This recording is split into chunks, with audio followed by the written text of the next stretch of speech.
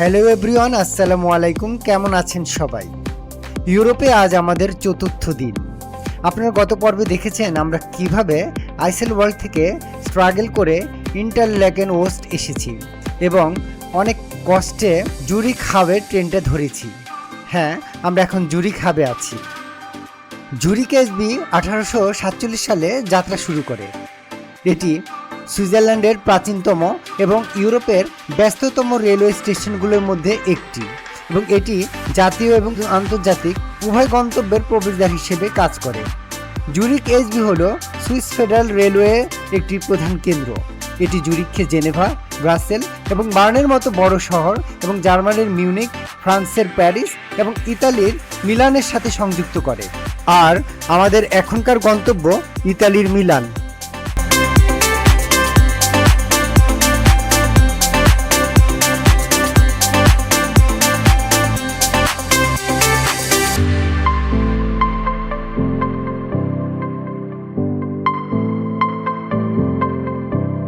সুইজারল্যান্ডের এসবিবি ইউরোসিটি 31920 দুপুর 12টা 33 মিনিটে মিলানের উদ্দেশ্যে ছেড়ে যাবে।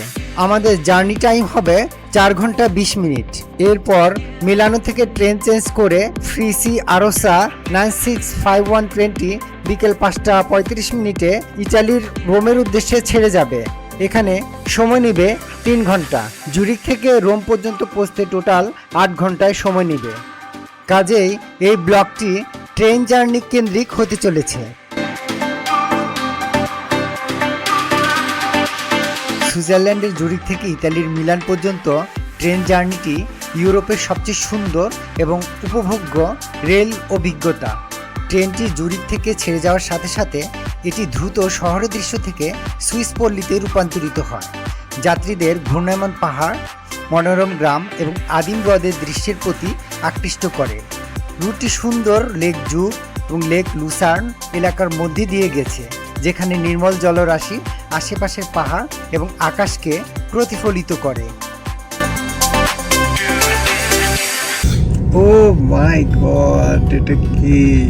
জুরিখ থেকে ট্রেনে মিলান যাওয়ার সময় তুষারপাত দেখার অভিজ্ঞতা সত্যি অবিশ্বাস্য। হঠাৎ এই দৃশ্য দেখে আমরা রীতিমতো হতভম্ব হয়ে যাই। ট্রেন ভ্রমণের স্বাচ্ছন্দ্যের সাথে মিলিত তুষার ঢাকা প্রাকৃতিক দৃশ্যের নির্মল সৌন্দর্য এই ভ্রমণকে একটি অবিস্মরণীয় অ্যাডভেঞ্চার করে তোলে। এমন একটি মুহূর্ত আপনার স্মৃতিতে সারা জীবন জায়গা করে নিতে বাধ্য। কল্পনার বাইরে এত সুন্দর ভিউ যে কি বলবো, মানে এটা হচ্ছে ইউরোপের সৌন্দর্য। যে ট্রেন জার্নিতে আমরা দুই ধরনেরই দেখতেছি, বৃষ্টিবেলা মানে বরফ, পাহাড়, তুষার, না এটা কি স্নো। একটু পরপরই টানে, মানে এটাই সমস্যা। পাগল হয়ে গেলাম।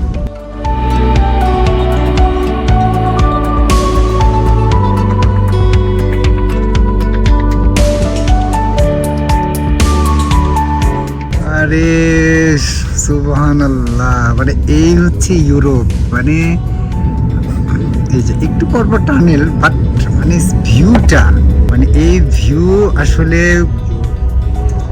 কোটি টাকা দিলেও আমাদের পক্ষে সম্ভব হতো না এভাবে দেখানো। মানে আমরা বরফের মাঝখান দিয়ে আমরা যাচ্ছি, আমরা ট্রেন দিয়ে বরফের ঠিক মাঝখান দিয়ে যাচ্ছি। এই ভিউটা আসলে কোথাও পাবো না, মানে অসম্ভব সুন্দর। আমি আসলে ভিডিও করতেছি, কিন্তু আসলে আপনার বাস্তবে এত সুন্দর, এটা ভাষায় প্রকাশ করার মতো না। নিচ দিয়ে দেখেন ট্রেনের, ওই যে আমরা একটা ইটালি টু জুরিখের যে পাহাড়, এক পাহাড় থেকে আরেক পাহাড়ের যে রোড, ওই রোডটার মধ্যেই আছি আমরা এখানে এই মুহূর্তে। মানে এটা মানে কি বলবো, অসম্ভব সুন্দর। আল্লাহ দেখার সুযোগ করে দিচ্ছে, সুবহানাল্লাহ, খুবই সুন্দর। নিচে গাড়ি যাচ্ছে, নিচ দিয়ে আমরা দেখতে পাচ্ছি যে গাড়ি যাচ্ছে, ওগুলো বরফে ঢাকা রোড। ট্রেনটা এই মুহূর্তে থেমে যাবে মনে হয়, একটা প্ল্যাটফর্মের কাছাকাছি আমরা। এটা কি শহর আমরা বলতে পারবো না, আমরা এখন ট্রেনে আমরা জুরিখ থেকে আসছি, যার জন্য আসলে স্টেশনের নাম জানি না। তবে খুবই সুন্দর। স্টেশনটা পুরো বরফে ঢেকে গেছে।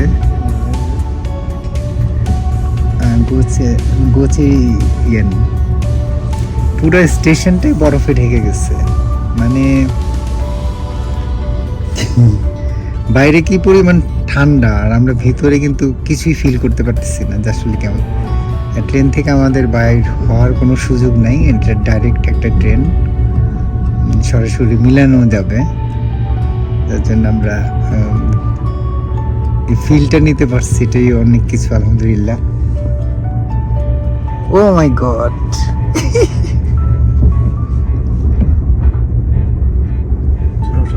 এখানে ফরেনার যারা আছে ওরা এই ফিলটা নিচ্ছে না, মানে ইউজ টু হয়ে গেছে, বাট আমরা খুবই মজা পাচ্ছি।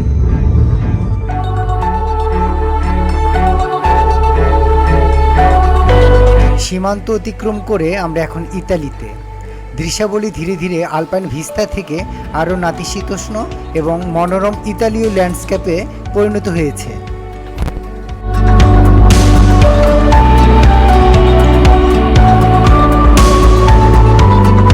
নির্ধারিত সময়ের মধ্যে আমরা ইতালির মিলানো পৌঁছে যাই। এখন আমরা প্ল্যাটফর্ম চেঞ্জ করে পরবর্তী গন্তব্য ইতালির রোমের উদ্দেশ্যে যাত্রা করব।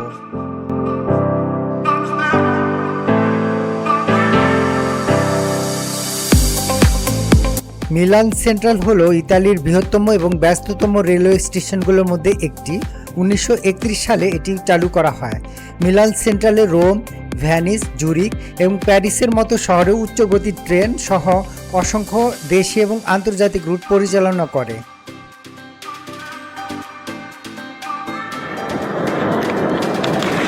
সেকেন্ড পেজে দেখেন 9651। ইউরোপের এই ট্রেনের টিকিটগুলি আমরা বাংলাদেশ থেকেই অনলাইনের মাধ্যমে কেটে ফেলি।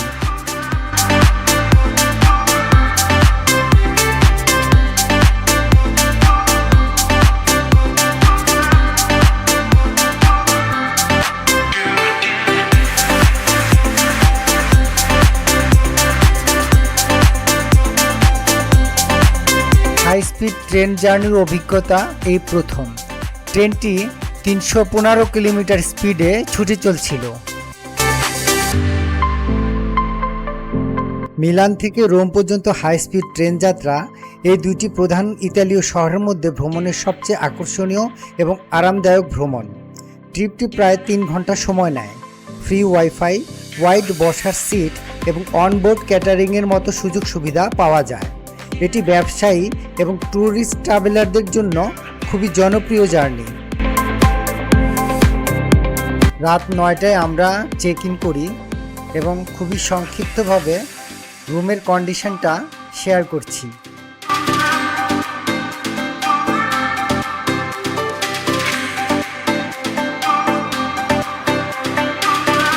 ইউরোপে আসার পর 4 দিন আমরা ভাত খেতে পারিনি।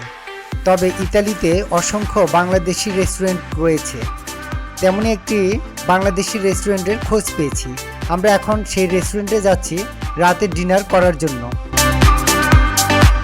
কি 4 ইউরো। আচ্ছা, এখানে মাংস হলো 8 ইউরো। হ্যাঁ, এটা হচ্ছে 3 ইউরো করে ভাত। বুঝছেন? ফিশ কত? একটা 14। হ্যাঁ,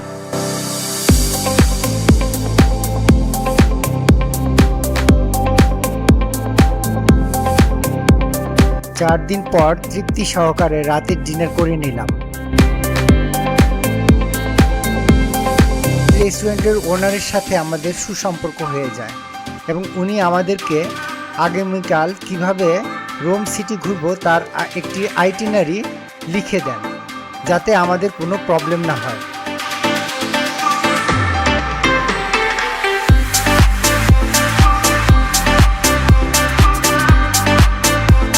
রাতের ডিনার শেষে আমরা হোটেলে ফিরে যাচ্ছি।